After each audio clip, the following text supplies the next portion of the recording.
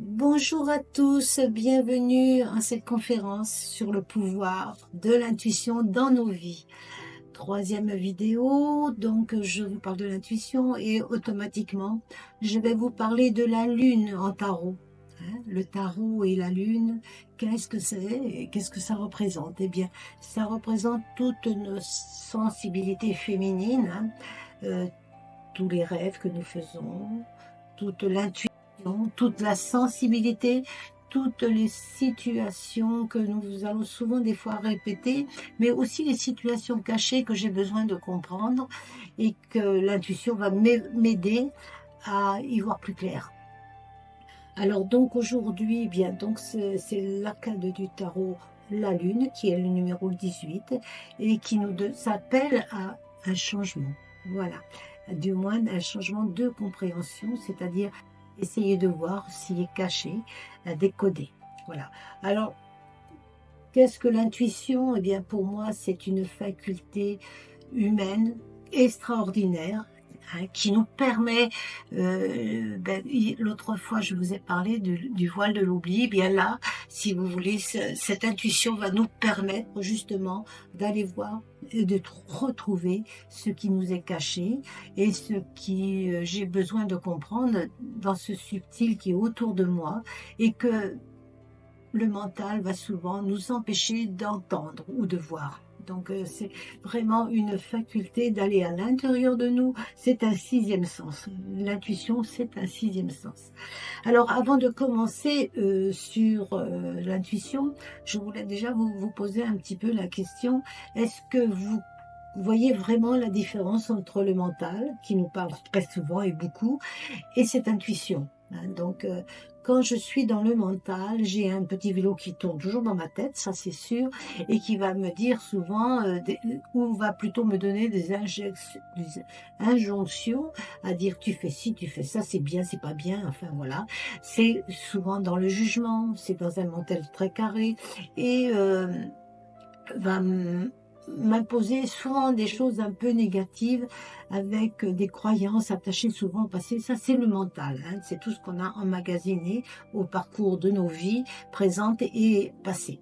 Donc ça, le mental nous parle toujours d'une voix forte et plutôt dans l'injonction de faire des choses. L'intuition, c'est totalement différent. C'est une petite voix qui nous parle en douceur, souvent, très subtile. Ah, il faut la deviner. Alors, quand je parle de petite voix, je ne parle pas de schizophrénie, bien sûr, mais c'est une petite voix à l'intérieur de nous qui nous dit, bah, tiens, ça serait bien, ça va vers ça, ah ben ça, voilà. Et donc, cette petite voix va parler en sensation, en ressenti, en pressentiment, voilà, va nous faire des propositions, mais très volatiles, qui vont s'évanouir très rapidement si on n'y prend pas garde. Et donc, c'est une communication un peu fugace, mais très vibrante. C'est-à-dire qu'on la ressent. Si on n'a pas un mental trop fort, eh bien, cette intuition va nous parler. Donc, c'est déjà important de savoir que ça fonctionne comme ça.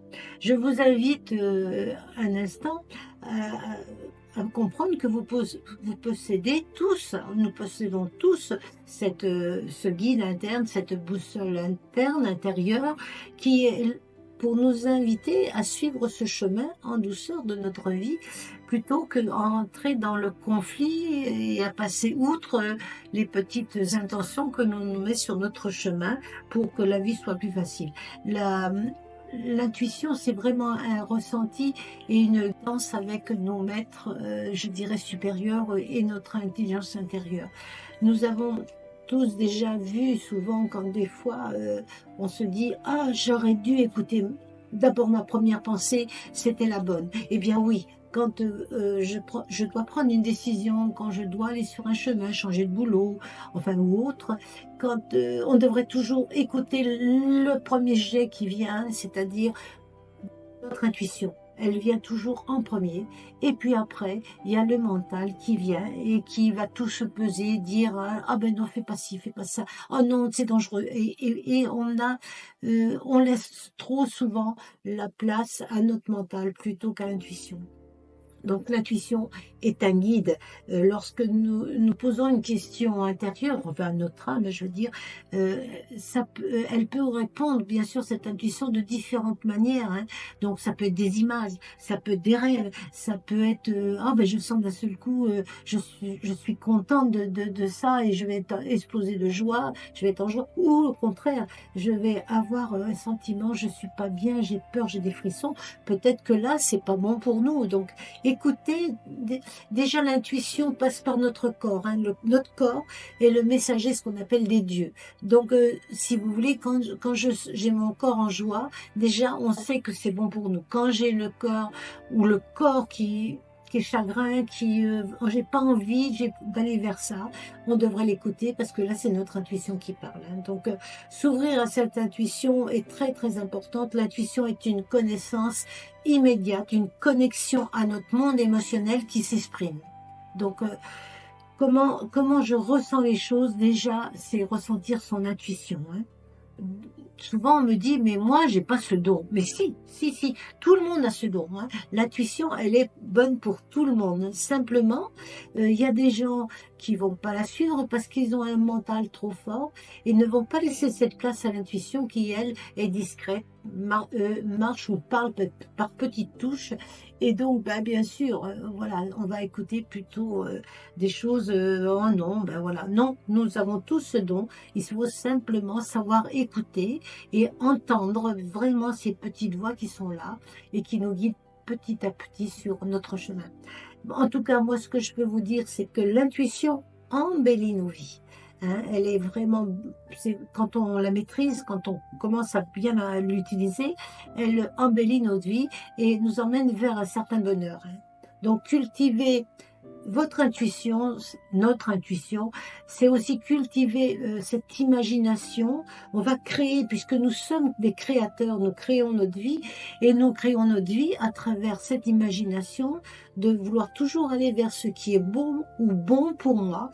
Et j'ai à ce moment-là toutes les possibilités, bien sûr, de vie. Hein. Donc nous sommes co-créateurs. Nous avons aussi tout ce pouvoir de l'intention et de l'aspiration vers quelque chose. Donc, imaginez et demandez avec, je veux dire, la participation de votre intuition pour vous guider sur ce chemin. Écoutez votre intuition, écoutez ce guide intérieur qui vous guide sur ce chemin qui est pas toujours facile, hein, qui, on pourrait dire pavé d'embûches même, hein, et que je répète souvent, nous répétons souvent avec emphase. Voilà, donc non, essayez de l'écouter, ça vous permettra d'aller vers un épanouissement, vers une direction intérieure, mais vraiment très forte. Et donc, plus je vais intégrer ces enseignements, plus ma vie va couler, plus je vais être, ben, je veux dire, en reliance ou en lien avec ce qui est bon pour moi. Donc, travailler dans cette direction. Alors, c'est réfléchir, bien sûr, à son sens de vie, aux valeurs que nous défendons, et être en accord avec, bien sûr, et ça s'appelle le chemin spirituel ou le développement personnel, mais je préfère le chemin spirituel puisque je pense que moi, à travers mon enseignement Reiki, ce chemin spirituel est vraiment ouvert pour tous et bon pour tous. Voilà, donc ça vous aidera vraiment à vivre mieux et à apprécier ce sentiment de paix, de sérénité dans notre conscience de tous les jours, dans notre quotidien, dans notre rapport aux autres, hein, dans notre rapport avec nos proches, voilà, et dans nos projets. Donc chacun détient la clé bien sûr de sa propre vie, puisque nous sommes co-créateurs, et notre intuition, notre sagesse, notre intelligence ont la capacité de nous emmener vers ce moi, ce qu'on appelle authentique, ce que veut mon âme. On devrait se poser la question presque tous les jours, qu'est-ce que mon âme aujourd'hui veut? Qu'est-ce que moi je veux?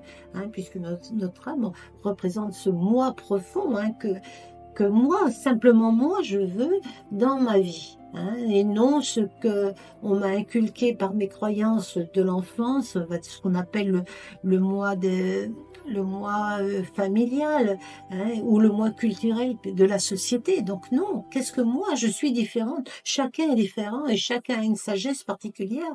Et le tout, c'est d'en prendre conscience. Et si j'écoute mon intuition, et bien de plus en plus je serai dans cette conscience, hein.